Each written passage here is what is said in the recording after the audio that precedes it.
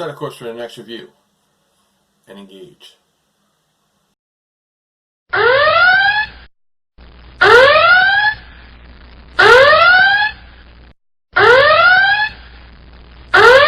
While you're here, be sure to like this video, subscribe to my channel, and hit that notification bell so you never miss another video. Continue the conversation over on the Discord. Also, check out the Comic Phanatic site for the latest in previews, reviews, news, and interviews, along with fun, unique features and daily updates. And don't forget to follow and like Comic Book Theater and Comic Phanatic on Twitter, Facebook, and Instagram. Hey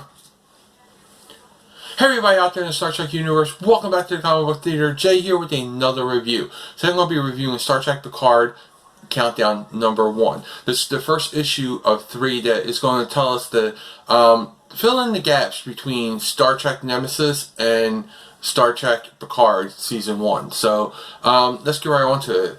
This is written by Kirsten Bayer and Mike Johnson, with art by Angel Hernandez, and colors by Johanna Lafuente, letters by Neil Utake, and covers by Michael Pangrazio, with a photo cover and a variant cover by Sarah Petir Durocher. Sorry if I butchered your names. They're not the easiest to pronounce, so I apologize for that. But great artwork, great cover. Let's get on with this review though. Alright, so we're going to start off in the year 2386, which is we're on Earth and we see 2 Romulans, and their names are Laris and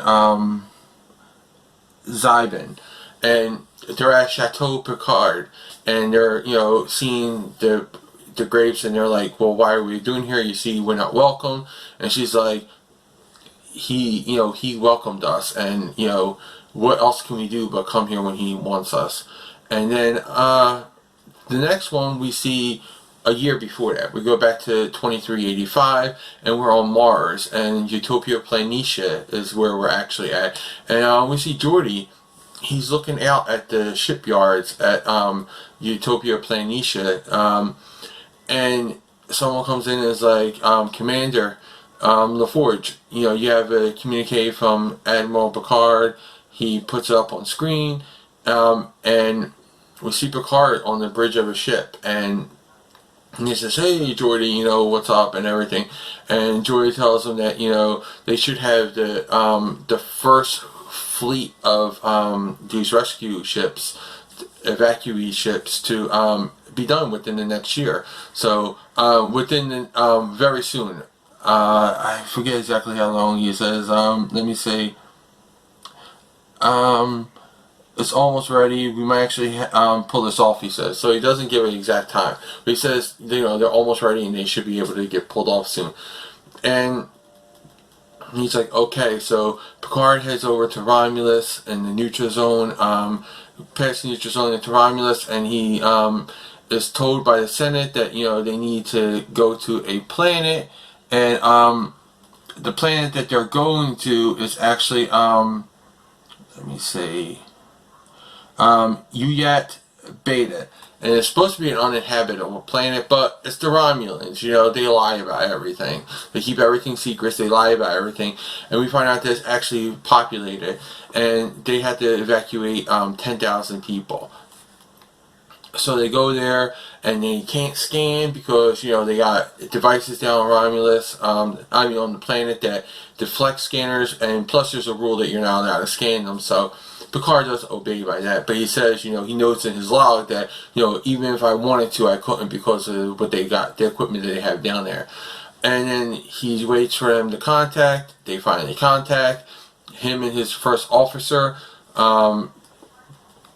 who is actually, let me get her exact name because she's on the show, and let's see, her name is Commander Rafi Muskier. So, Musiker. I'm not sure how you pronounce that name. I gotta hear it when it is on the show. But anyway, it's a girl who, tells Picard, oh, you're here again in the trailer.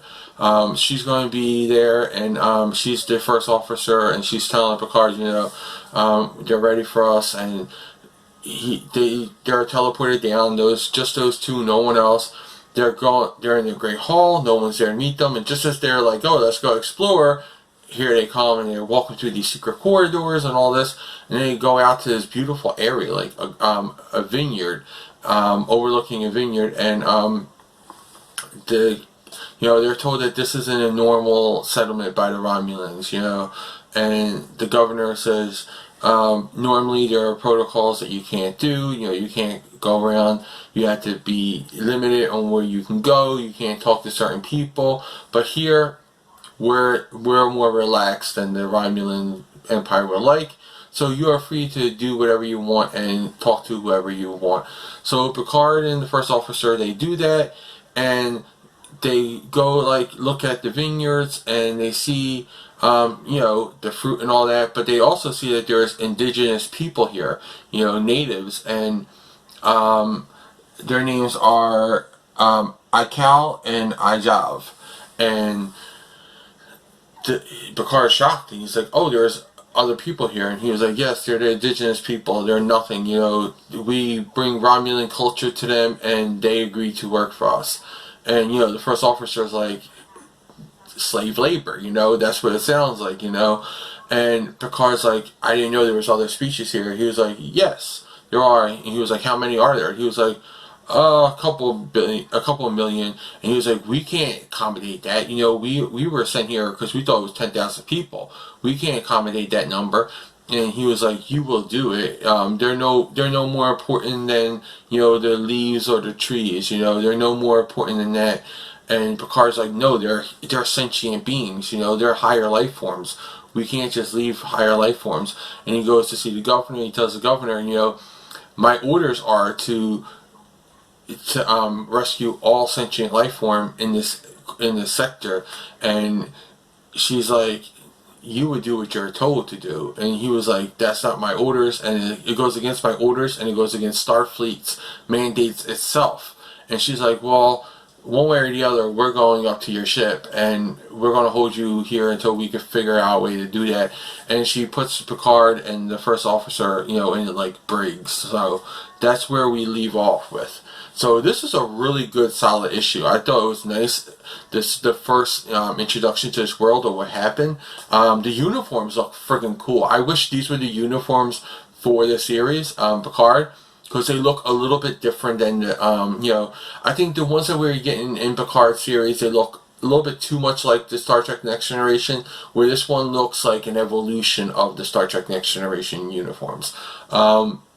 It looks a little bit better. I think these would come after the ones that they have in Picard. So if it was opposite, if the Picard ones were in this time period, after, if it was the ones that they wore after Nemesis, and then this is the suits that they wore in the Picard era, that would fit better, I think, for me. But still look good either way. I still like both uniforms, and we get to see, the Verity, which is Picard's ship. That looks really cool. We get to find out little things like there's a little thing on the desk of LaForge at Utopia Planitia where it shows the Enterprise F, So is the Enterprise F already built? Is it being built?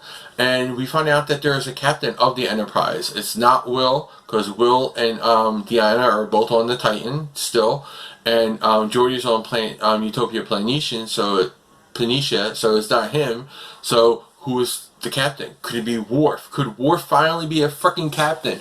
I hope so, because we know it's not Data, because Data is dead still. Because we know that unless Data is the captain now, and then something happens between now and Picard where Data dies again. Maybe that's what happened, because we don't know. Data could be the captain of the Enterprise, and then somewhere along those lines, Data gets destroyed again, or something happens to Data, and Captain Picard feels guilty about that. So maybe it's not what we're thinking of. We kept thinking that what happened in Nemesis is why Data is destroyed, but maybe it's not. So that would be interesting to see how that plays out. But I can't wait for the next issue. I'm wanting it now. Like, I want to know what it is. I'm so excited about Picard. I can't wait to see it. I'm gonna be reviewing that every week on here, so stay tuned for those. Yeah, let me know what you guys think about this, and what are your theories on it. Can Data be captain of the Enterprise? And is it the Enterprise E or is it the Enterprise F? What do you think? Let me know all that in the comments below and more. I can't wait to get this, but let's get ready to engage.